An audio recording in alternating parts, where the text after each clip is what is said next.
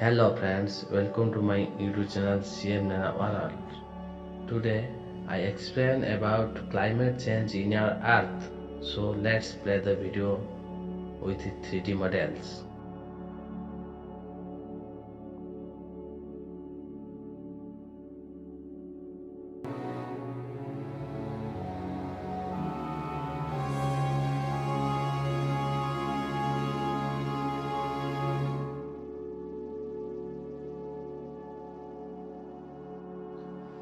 The earth is spherical in shape. This causes the sun's ray to hit the earth's surface at different angles, resulting in differences in the earth's temperature moving from the equator towards the poles. The angles of the sun's ray hitting the earth becomes gradually lower, while the maximum angles of the sun's ray is 90 degrees at the equator, that is, they hit the earth's surface perpendicularly at the poles. This angle can be as low as 0 degree. Therefore, less heat from the sun reaches the poles, causing a lower temperature there. Consequently, there are different climate zones on the Earth's surface. These are the tropical, temperate, and polar zones.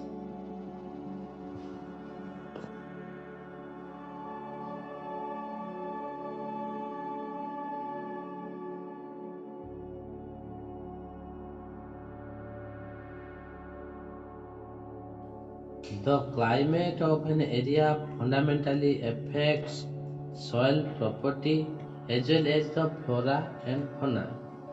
The hydrologic properties of the surface forming processes, but climate and geographical features like these are also arranged in zones, collectively called geographical zones or geoclimatic zones.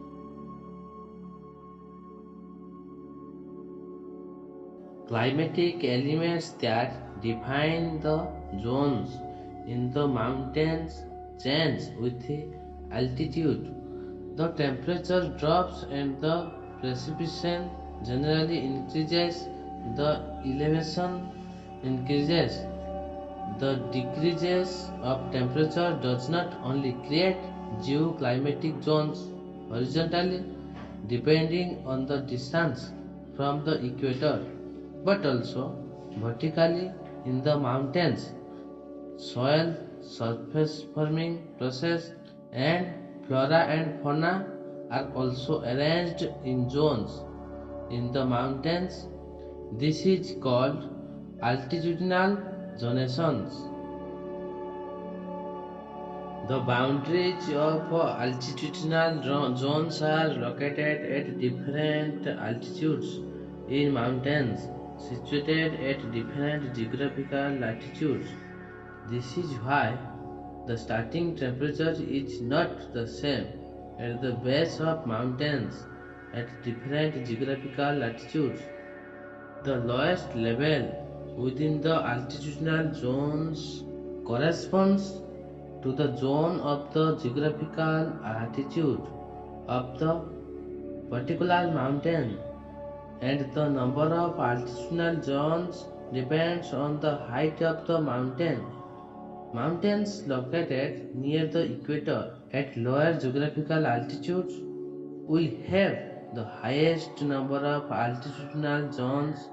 For instance, the Andes in South America.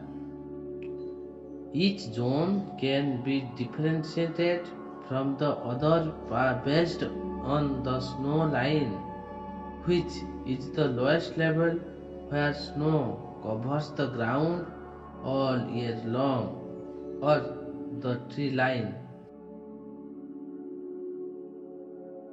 Just as the boundaries of latitudinal belts are not parallel to, and thus not defined by any lines of latitude, The boundaries of altitudinal zones are not marked by a contour line.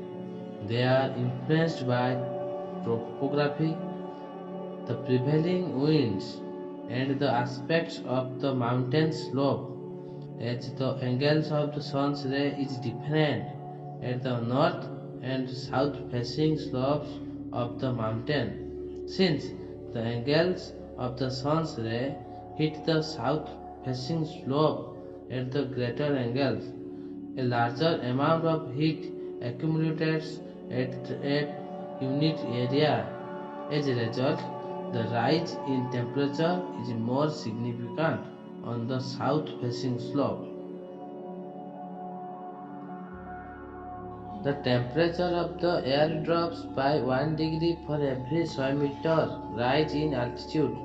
The colder the air, the less water vapor it can contain. As a result, when the air reaches the dew point, it reaches a temperature at which it becomes saturated with water vapor, which lead to cloud formation and precipitation, which occurs in the form of rain above 0 degrees Celsius and snow in sub-zero temperatures.